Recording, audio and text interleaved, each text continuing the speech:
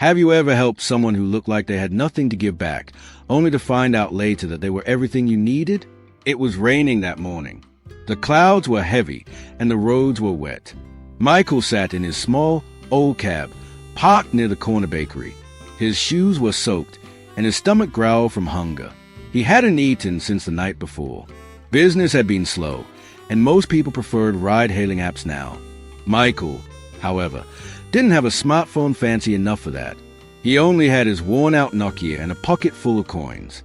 As he looked out the window, tired and cold, he saw her, an old woman with white hair and a blue scarf, standing by the side of the road with no umbrella. Her coat was too thin for the weather, and her hands shook as she tried to wave down passing cars. No one stopped, not even one. But Michael did. She entered the cab slowly. Her voice was soft and weak. "Thank you, young man. Please take me to Brooksville Hospital." He turned and smiled gently. "Don't worry. I'll get you there safe." As he drove, she coughed a few times, covering her mouth with her scarf. She didn't say much, and neither did he. The car heater barely worked, but he tried to make her comfortable. When they arrived, she reached into her purse, but Michael shook his head. "No need. Just get well." Her eyes widened a little. Then she smiled. Small, but it felt warm. "You don't even know me," she said quietly. "That's okay," Michael replied. "Kindness isn't only for friends." She stepped out slowly and disappeared into the hospital. That was the first time he saw her. He didn't know her name. He didn't ask. He just felt good. Something about her reminded him of his mother who died 2 years ago. He didn't know why, but he found himself waiting near the hospital entrance the next day, just in case she needed another ride. And she did. And again, he didn't take a dime. People laughed at him. Other cab drivers called him foolish. "She's using you," they said. But Michael didn't care. He just wanted to help. What he didn't know, what no one knew, was that this woman, Miss Catharine, was not just any old lady. She had a secret, one that would change Michael's life forever. And it all began with that one rainy morning ride. Michael stood by the hospital gate again the next morning.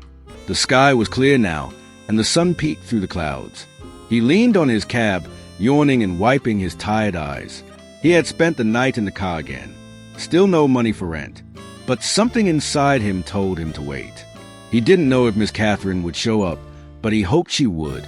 Around 9 a.m., just as he was about to start the engine and drive away, he saw her, same blue scarf, same small steps, holding her bag tightly. Her eyes lit up when she saw his cab.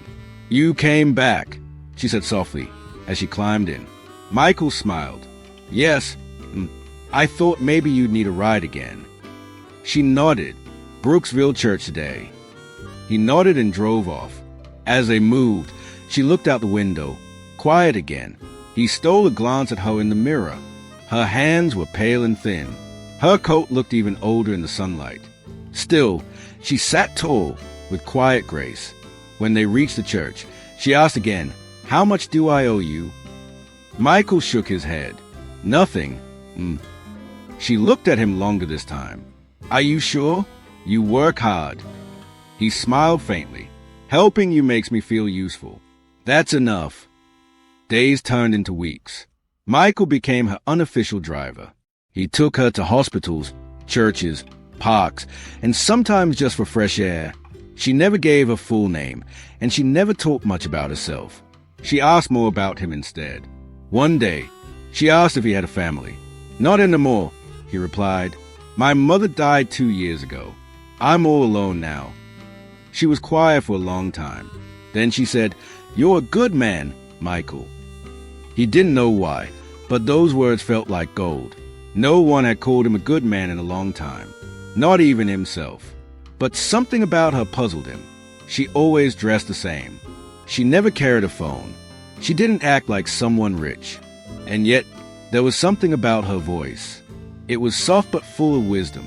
Something about the way she carried herself. One morning, as he waited for her again, a nurse from the hospital came outside. "You're here again for Miss Catharine?" she asked. Michael nodded. The nurse smiled strangely.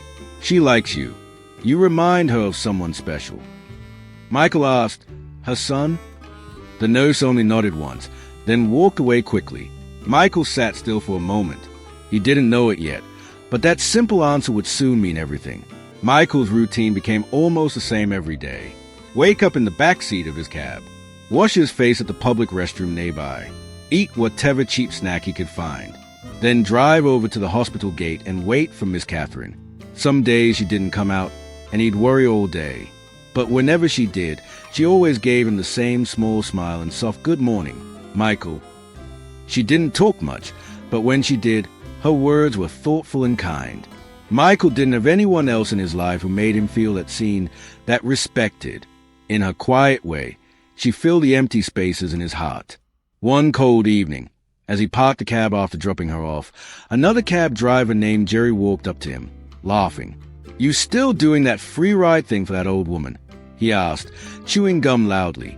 Michael didn't answer. Jerry shook his head. "You're such a fool, Mike. She's poor, man. I've seen her picking through the trash behind the hospital once. She's not going to give you anything."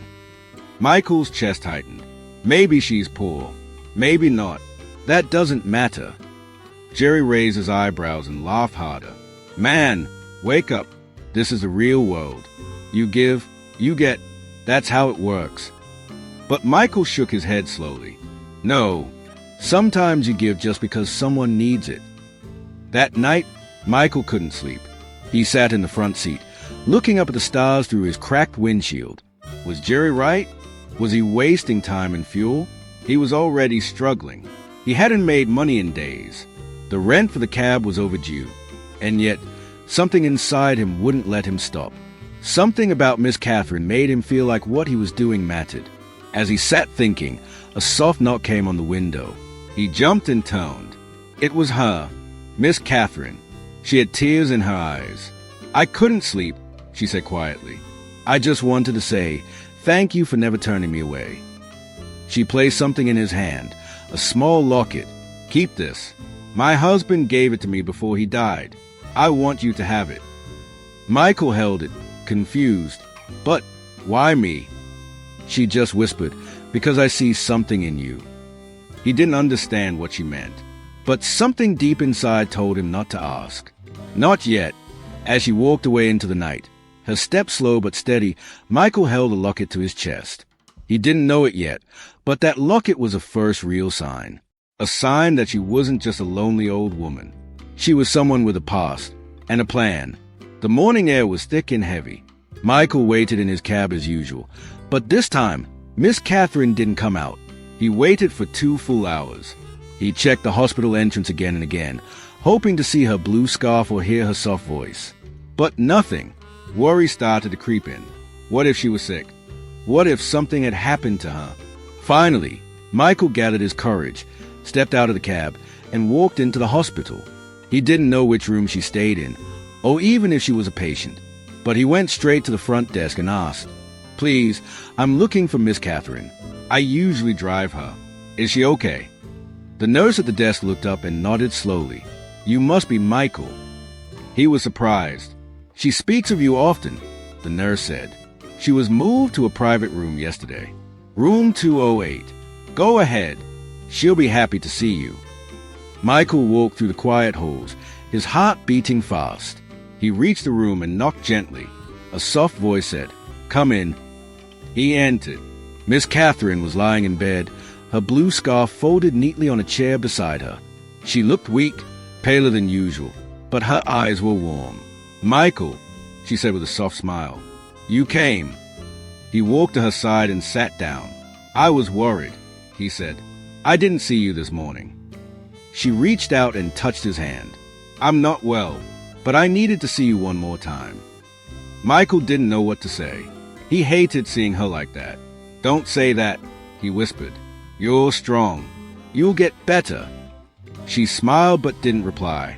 Instead, she slowly turned her head to the table beside the bed and pointed to a brown envelope. "Take that," she said. "There's a letter in it, but don't open it now. Wait till you get home." Michael looked at the envelope but didn't move. She added, "There are people who may look down on you because of what you wear or what you drive, but you've shown a kind heart even when no one saw you." That kind of heart doesn't go unnoticed. Michael left the hospital with the envelope tucked safely in his pocket. He didn't open it. Not yet. Instead, he went home. Well, not home, just the empty shed where he sometimes slept when he couldn't afford fuel to run the cab all night. That night, he sat under the dim light from a small bulb and finally opened the envelope. Inside was a letter written in neat handwriting. The first line made his hand shake. My name is Catharine Elwood. My son is the CEO of Elwood Industries. Michael read that line 3 times. He blinked, unsure if he was dreaming. The old woman he'd been driving for weeks, the one people thought was poor, was the mother of one of the richest men in the city, and she had written that letter for him.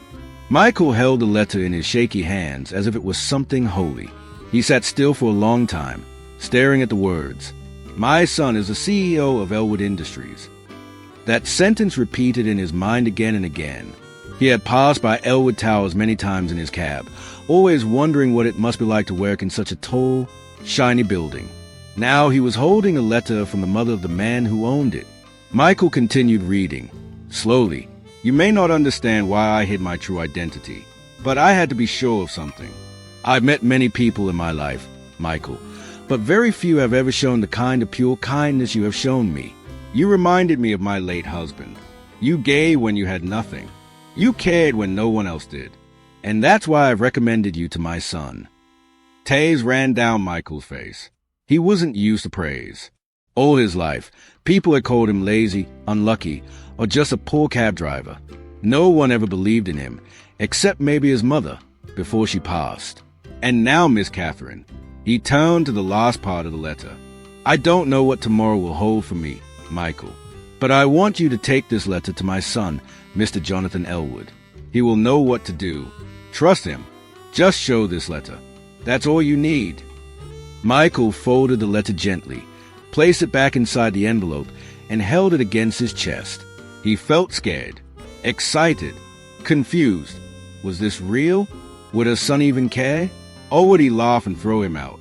The next morning, Michael dressed in the cleanest shirt he owned, though it still had a faded stain. He used a thread to sew a tear in his trousers. He looked at himself in the side mirror of the cab and whispered, Please don't let this be a dream. He drove nervously to Elwood Towers. It was tall, shiny, and surrounded by security. He parked far away and walked the rest of the distance with the envelope in his hand. When he reached the gate, a guard stopped him. No drivers allowed here. The guard barked. Michael swallowed and held out the envelope. I have a letter from Miss Catharine to Mr. Jonathan. The guard looked suspicious but took the envelope and went inside. Michael stood there for almost 10 minutes. His feet hurt. His heart pounded. Finally, the guard returned. He looked at Michael differently now, no longer rude, but curious. Follow me, he said. Michael followed, still not sure what was happening. They led him through the shining glass doors, past the smooth floors and tall ceilings. People in suits stared at him. He felt small, dirty, out of place. But still, he walked. Into the elevator, up 23 floors. Then into a large office with books, pictures, and soft chairs. And there, standing tall behind a big desk, was Jonathan Elwood. The man looked up from the letter and said, You must be Michael. My mother wrote about you. Michael's knees nearly gave out. Michael stood frozen near the door. The office was huge, quiet, and smelled of wood polish. The walls were covered with photos, awards, and newspaper clippings. Behind the desk, Jonathan Elwood stared at the letter again.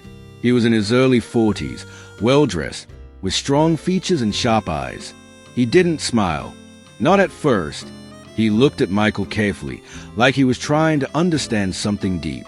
Michael shifted on his feet, his heart racing. He wanted to speak, but his mouth felt dry. He had never been in a room like this before. He had never even spoken to someone so rich or important. He just hoped this wasn't a cruel joke. Finally, Jonathan spoke. My mother doesn't write letters like this. Not even to me. He set the letter down and leaned back in his chair. She said you never charged her a single penny. That true? Michael nodded. Yes, sir. She reminded me of my mother. I didn't do it to get anything. I just wanted to help. Jonathan looked away for a moment, then sighed. You have no idea how rare that is, Michael. My mother, she's not just a woman who gave birth to me. She's the reason I'm where I am today. She built me, and when she writes something like this, his voice trailed off. He opened a drawer and pulled out a file. She says I should give you a chance. Michael blinked. A chance, he whispered. Jonathan opened the file and handed it to him. There's a position open. It's not in a cab, but it's something better.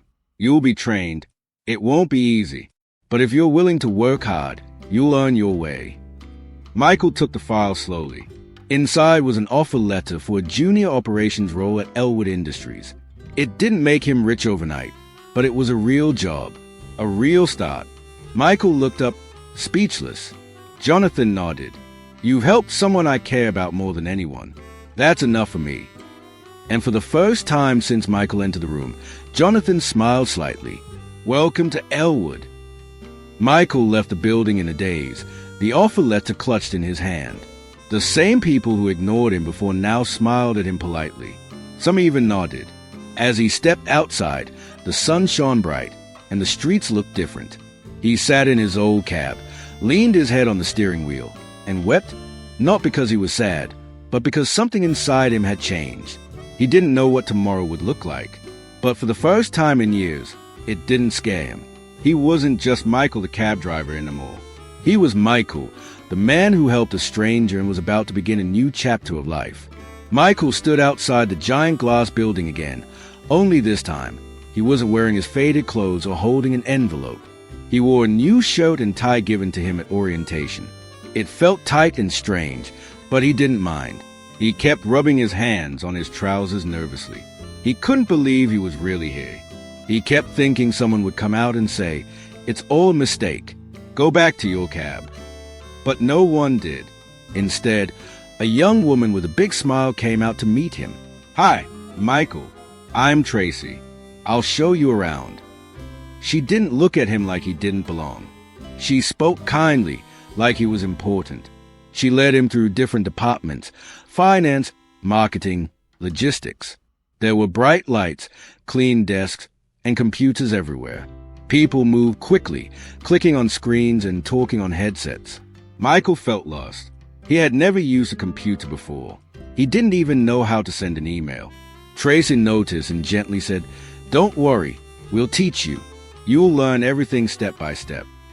Michael smiled nervously and nodded. For the first week, he sat through training, wrote notes in a small book, and asked questions every chance he got. He worked twice as hard as others because he didn't want to let Miss Catharine or himself down. But not everyone was kind. One of the team leads, a man named Derek, didn't like Michael.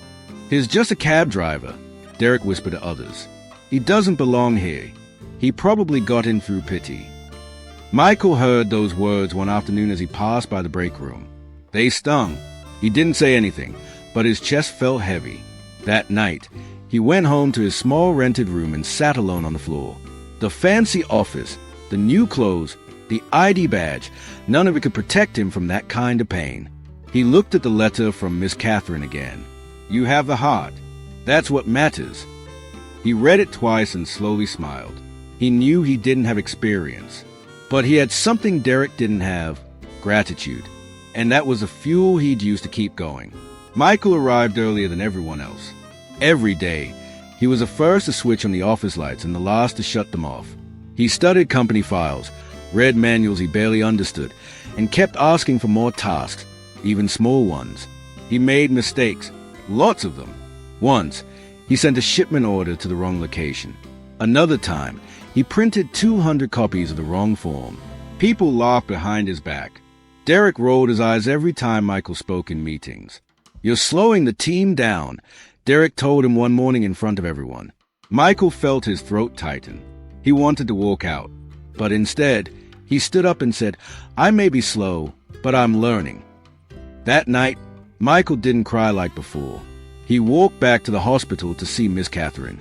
He hadn't visited in days, too busy with a new job. When he reached her room, the bed was empty. Panic shot through his chest. A nurse nearby noticed his face and walked over. "Don't worry," she said gently. She's in a private ward now. Her condition changed. Michael was allowed in after he signed his name. The room was quieter, smaller. Miss Catharine lay in bed, her face pale and thin. She smiled weakly when she saw him. "Michael," she whispered, "you look tired, but different. You're growing." Michael sat beside her, tears forming in his eyes. "They laugh at me," he whispered. "They say I'm not good enough." She touched his hand with her frail fingers. "Then prove them wrong, but not for them. For you." She paused, breathing slowly. "Remember what I said. A kind heart is a door. Most people never open it. You did." She coughed, then smiled softly. "Whatever happens to me, just promise me one thing, that you'll never stop giving, no matter what you get in return." Michael nodded slowly, unable to speak. He didn't know it then, but that night was the last time he would see her alive. Her words would stay with him forever and guide him when everything else began to fall apart. The call came on a Sunday morning. Michael was cleaning his small room when his phone rang. It was the hospital. The nurse's voice was soft. She passed away peacefully in her sleep. Michael froze. His hands dropped to his sides. He sat on the edge of his bed and stared at the floor. No tears came at first, just silence. His heart felt heavy, like something had been taken out of it. Slowly, his fingers wrapped around the small locket she had given him weeks ago. He opened it. Inside was a faded photo of a young man and a smiling woman, years younger. On the other side were tiny engraved words, "To the one who keeps giving." Michael went to the hospital that afternoon. The nurses greeted him with warm eyes. "She talked about you every day," one of them said. "You were her sunshine." Michael stood by her bed, now empty. He didn't say much. He just stood there and whispered, "Thank you for seeing me." Later, at the small memorial held in the hospital chapel, only a few people showed up. Some nurses, 2 elderly friends, and one man in a dark suit. Jonathan Elwood. He sat quietly in the front row. After the service, he walked up to Michael and said, "She called you her blessing. I never fully understood what she meant, until now." Jonathan placed a gentle hand on Michael's shoulder. "She left you something. She told me to give it only after she was gone." The next day, Michael was called into Jonathan's office again. The mood was different this time, quiet, respectful. Jonathan handed him another letter in a small envelope. Michael opened it slowly. Inside was a handwritten note and a document. The note said, "I believe in you, Michael. This isn't a gift. It's a seed. Use it well." The document underneath took his breath away. It was a signed paper granting Michael ownership of a large sum of money, a trust fund left behind by Miss Catharine. It wasn't millions, but it was more than enough to change his life completely. Enough to pay off his debts, go back to school, or even start something of his own. Michael couldn't speak. His hands trembled. Jonathan watched him quietly and said, "She saw something in you the world ignored. Don't waste it." Months passed. The seasons changed. But Michael didn't. He still woke early, still carried his old notebook, and still treated people kindly, even those who had once mocked him. But now, everything around him was different. With the money Miss Catharine left behind, Michael paid for computer classes. He worked harder than anyone at Elwood Industries and was soon promoted to team supervisor. Even Derek, the man who once looked down on him, now greeted him with respect. But Michael didn't become proud or show off. He remained quiet, humble, and thankful. Every good thing reminded him of her, the woman in the blue scarf who saw something in a poor cab driver. One evening, after work, Michael walked past the same street where he had first picked up Miss Catharine in the rain. He stopped the car and sat quietly for a while. He watched people pass by, some rushing, some struggling, some lost in thought. Then he noticed a young boy helping an old man cross the street. The boy looked poor, maybe homeless. Michael reached into his pocket and pulled out some cash, then stepped out and handed it to the boy. "Buy food, and never stop being kind," he said. The boy looked shocked but smiled, nodded, and walked away. Michael watched him disappear down the road, feeling something deep in his chest. Peace. Years later, Michael opened a small center named the Catharine House. It gave free rides to the elderly and supported young men and women trying to start over. His story became known, not because he was rich, but because of how he chose to use what he had received. Whenever reporters asked him how it all began, he always said the same thing. I just gave a free ride to a tired old woman. I didn't know it would lead here. He never forgot what she said. Kindness is a door. He had walked through it, and it changed everything. And somewhere in his heart, he knew Miss Catharine was still riding beside him every mile of the way.